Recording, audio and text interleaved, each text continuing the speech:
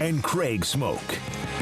Rod Babers played at Texas, played really well at the University of Texas, a part of the NFL. He's a part of the Horn, 6 to 11, weekdays, and then also on a UT podcast as well, which is on Texas football on YouTube, like our show is on YouTube. And he now joins us, Rod Babers, with Craig Smoak, David Smoak, and Paul Catalina.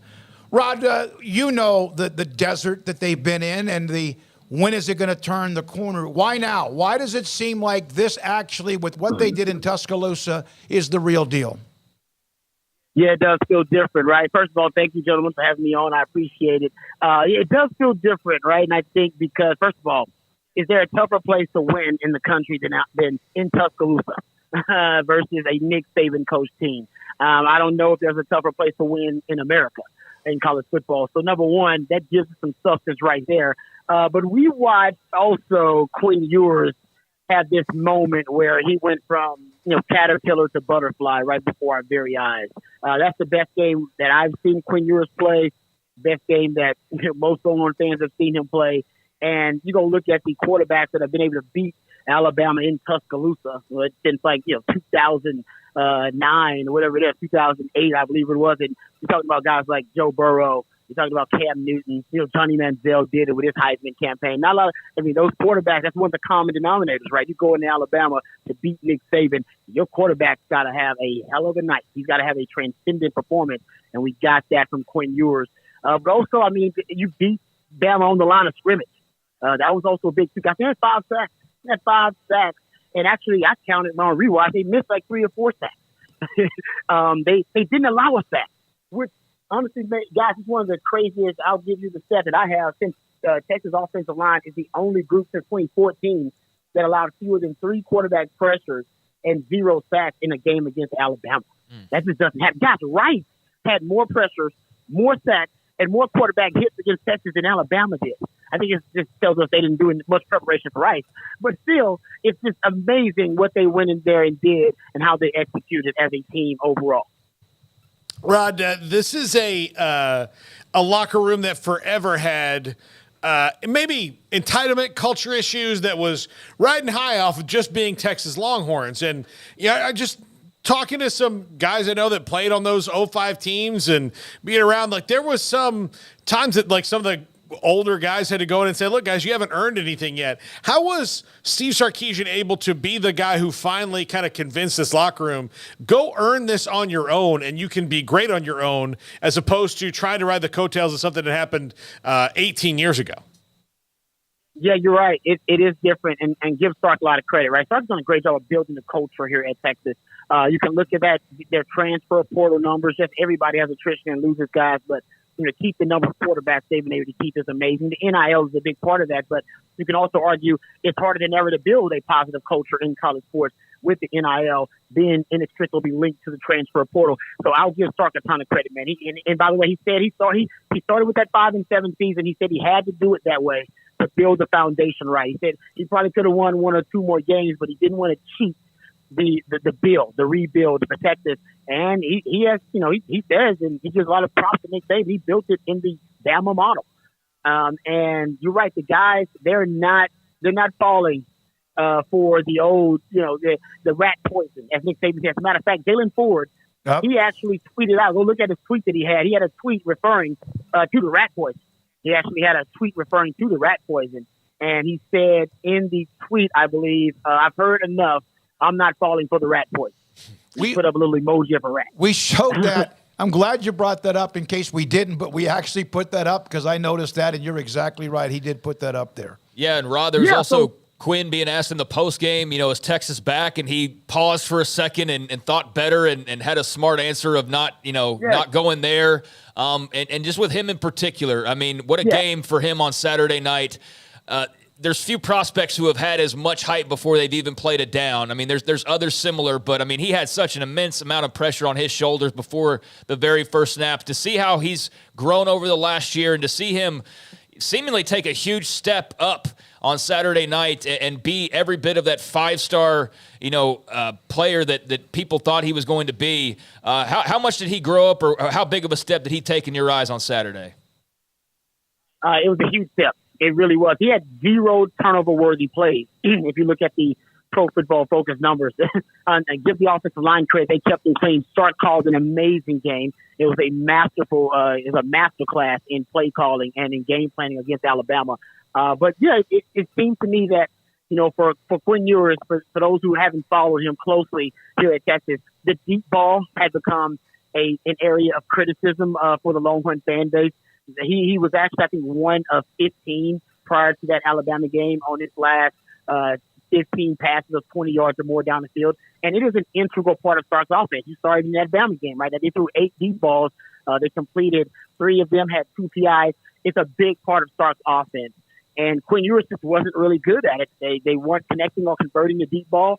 And for the last 2 years, they have been one of the worst teams in the Big 12 at completing the deep ball. And Stark had been stubborn about throwing the deep ball, especially on first down. As a matter of fact, the first 3 deep balls they threw in the second quarter were all on first down. But give Stark credit because his stubbornness paid off. They connected on the deep ball at the right time. If they don't start connecting on those deep balls, guys, it's a different game because Bama doesn't have to really respect Texas' deep ball. And if they don't respect the deep ball, they smother and flood all those short to intermediate passes that we saw Quinn Ewers connecting on. It got him in the rhythm, got him in the groove, and got him confident. So those deep balls were crucial, and it really opened up the playbook, and it forced Alabama to have to respect every dimension of the football field. And when they didn't, Texas made them pay. Rod, you played the defensive side of the ball and played it at a very high level. What were your thoughts about what you saw from Jalen Milroe? I'm surprised they didn't use more quarterback design runs, guys. I mean, if I'm a defensive coordinator going up against Jalen Milroe, the one thing that gives me anxiety, keeps me up at night, is the fact that this guy with his legs, he is an elite athlete at playing the quarterback position. He's got elite athletic traits, and I don't think Bama, weaponized him enough and featured that enough as a part of his game. His deep ball is awesome. He's got speaking of deep balls, he's got a great deep ball. I think that's actually a strength of his game. He's got to work on getting through progression, not abandoning the pocket. Sometimes he actually had a clean pocket and he still left the pocket because he wasn't necessarily committed to the progression reads downfield. I think they got to build the offense around his strengths. They didn't do that. It was clear they did not do that. And Texas did a great job game plan. They blitzed them. They blitzed them with second-level defenders. They brought simulated pressures. Texas edge rushers did a great job. Anthony Hill, the young freshman, had 2 sacks as a spy/edge rusher. Ethan Burks had a sack and a tackle for loss. Texas edge rushers got did a really good job on him, too. I think he will make a lot of plays because he's got great athletic instincts in the SEC, but he's a high-risk, high-reward player. They got to mitigate that somehow. Rod, they did. I mean, wait until Alabama waited until the very last moment to name him the starter. So you said to tailor the offense around him. I guess maybe they haven't had time. It just were you a little bit surprised to see them not have the ability to build a drive? It was so all or nothing with Alabama. Yeah, it was feast or famine, and I thought they would. I thought they'd go empty formation a lot more and just stress Texas horizontally, formationally, and then let him be an agent of chaos, get rid of the football quickly with high percentage throws. They didn't do a lot of that.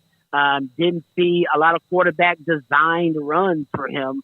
I thought that would be a big part of it. So I was actually pleasantly, as a Longhorn fan, I was pleasantly surprised that they didn't do a lot of those things. They let him just kind of be a drop back passer at times, which is not his strength. And we saw that. That's why he couldn't put together a long, sustained drive. The best drive I think he had was right before the half. There was one early on. And the penalties, guys, have been killing Bama. In the 2 games they played Texas, I think they had like 25 penalties now total. Guys, that is amazing to go into a game and to not only outplay Bama, but outcoach Bama and be more disciplined than Alabama in Tuscaloosa. That was also something Texas did that was, I think, really phenomenal.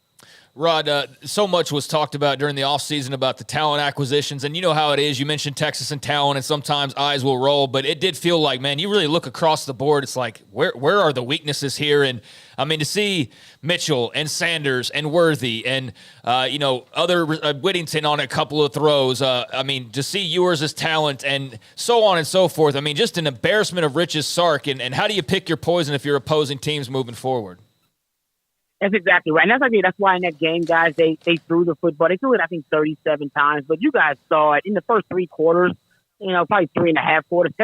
They were leaning on the passing game. As a matter of fact, I'll give you a stat. First down passing rate usually starts pretty conservative on first down pass rate. It's probably 55, 60%. Guys, in the first three quarters of that game, he was at over 70% pass rate on first down. He was chunking it on first down, but they were throwing a lot of those were, behind the line of scrimmage, around the line of scrimmage. But I think also starts leaning on the strength of this offense, right? The identity is the passing game because that's where all your great players are. You got Quinn Ewers, one of the highest rated quarterbacks in the history of recruiting at quarterback. You got Xavier Worthy, expected to be a first or second round wide receiver. A.D. Mitchell in the same category. J.T. Sanders may go down statistically, guys, as the most prolific tight end in Texas football history. Got a 100-yard game, and it seemed like it was a quiet one somehow. Not a lot of people are talking about it. That guy's a freak. And, you add to that Jay Witt. You talked about Jay Witt. He's like the fourth option now. And it's like, how the hell does Jay Witt become the fourth option? He's going to get man-to-man coverage every down because you can't afford as a defense to allocate resources to Jay Witt, who's a damn good player. They got weapons galore, and I'm with you. To me, I think the passing game is going to be the identity. They got to balance it with the running game, but they got some young guys at running back, post Bijan and Rojo. But the passing game, guys, it has a chance to be pretty prolific. Are you 100%? And I know I'm not saying this, so if you're wrong, and I don't think you will be, but are you completely 100% convinced that this is different? Ooh, that's good. Okay, oh man, yeah, guys. I've drank that Kool-Aid so many times, and it turned out to be Flavor Aid, guys. Yeah. You know how that is. I love it. That cheap stuff, I'll say this. Let me say this because I want to believe so bad, man. I want to believe. I'll say this. It does feel different, but I know that this team prepared for Alabama for 6 to 8 months in all. Hell, there's a chance Sark's been preparing for Alabama since they played Alabama last season, right? 2022, I should say, right? So, with all that and the familiarity with Nick Saban, right? You have multiple guys from that Nick Saban staff. You have Kyle Flood, you got Jeff Banks, you got Milwee, you got 5 or 6 guys from that Alabama staff who know Nick Saban well. And Nick Saban, who champions, we don't change our offensive defense. It's Alabama's offensive defense. We bring in new coordinators, but they run this system, which means Sark actually kind of knows the system. And he knows Nick Saban and what Nick Saban prioritizes, like first down run defense. That's why he broke tendency there. So I do think there's a chance Texas was so prepared for this game because they had so much time that they didn't prepare for Rice at all. That's why Rice actually, was a closer game than people thought it was going to be because Texas basically prepared for Bama that whole week and prior to that week. And in the whole offseason, it was Bama, Bama, Bama material content. Not saying the coaches were inundating the players with that message, but they can covertly sneak in practice material for Bama. And, all during the week they can do that. There are ways to do that. Trust me, Mac Brown used to do it too. So I think that's the only thing keeping me from jumping totally in is that they had so much prep time, guys, and they're not going to have that during the season. You got 6 days, you got the time allotted by the NCAA to practice, and you don't have familiarity like you do with that Nick Saban stuff. And I know you don't have 6 to 8 months to prepare for them. That worries me a little bit. But the Big 12 is down. I worry about K-State a little bit. I worry about Oklahoma. But this team should be able to play to that standard. And if they're not in the Big 12 title game, something went horribly wrong. Can we all agree? Something went horribly wrong. Yeah. There's always a game that you don't expect that for whatever reason. It just could be one of those days when you shouldn't have gotten up out of bed, or it could be a bad weather game where something that you don't expect is going to be down to the wire. Or there's also a couple of times when things, teams are a little bit better that day than they maybe are. So I get it. I wasn't trying to put you on the spot. I absolutely loved your answer. Honest, transparent, and that's exactly what we knew we'd get you today, Rod, on the show. We appreciate your time very much, and thank you. Hey, thank you, guys. Anytime y'all need me, man, I appreciate y'all. Yes, sir. It's a former Texas cornerback, played in the NFL, does a lot of media work in the Austin market. Flavor Aid I like, reference. whoa, wait, but that's honest. Mm-hmm. That's honest.